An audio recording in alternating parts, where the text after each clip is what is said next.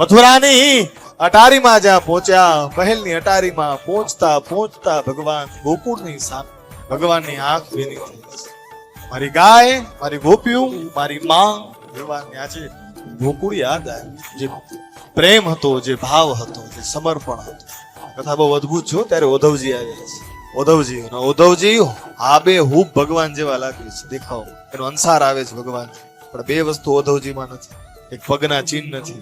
ભગવાન કહે જે મણિ છે મણિ હરી, જે રતન છે રતન. બાકી સ્વરૂપ દેખાવ ભગવાન જેવું કૃષ્ણ જેવું છે. પરમ ભક્તિવાન છે, જ્ઞાનથી ભરેલા છે, પણ અભિમાન.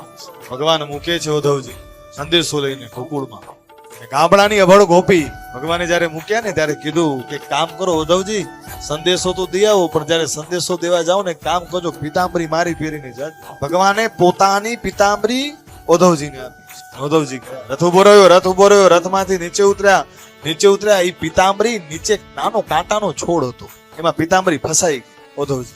ઉદ્ધવજી આમ છકી દીધી, આમ ખેંચી જતી, આમ ખેંચીને થોડીક ફાટી ગઈ. ભગવાનની પિતાંબરી થોડીક ફાટી ગઈ ને ઉદ્ધવજી અરે ભગવાનની આ પિતાંબરી ફાટી. આ દ્રશ્ય સામે બધી ગોપીઓ જોતી. ગોપી આજે બોલી છે કે ઉદ્ધવજી આમાં અમારા છોડનો વાંક નથી. તમે આ પિતાંબરી કેની પહેરી આવ્યા છે? આ પિતાંબરી તમે અમારા કનૈયાની પહેરી આવ્યા.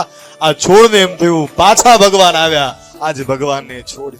આ ભાવ, આ પ્રેમ હતું. ત્યાં તો અભિમાન હતું, અહંકાર હતું ઉદ્ધવજીનું. થયું કે હું શું ભક્તિ કરું છું? ભક્તિ તો આ ભક્તિના દેખાવડા ના હોય સાહેબ. હા, ભક્તિ કેને કહેવાય? ભક્તિ અને દુઃખ એ એવું હોવું જોઈએ, ગુપ્ત હોવું જોઈએ. આજે ઊંધું કરી છે. ભક્તિ ને દુઃખ તમે હું બધાને બતાવી, સુખ છુપાવી.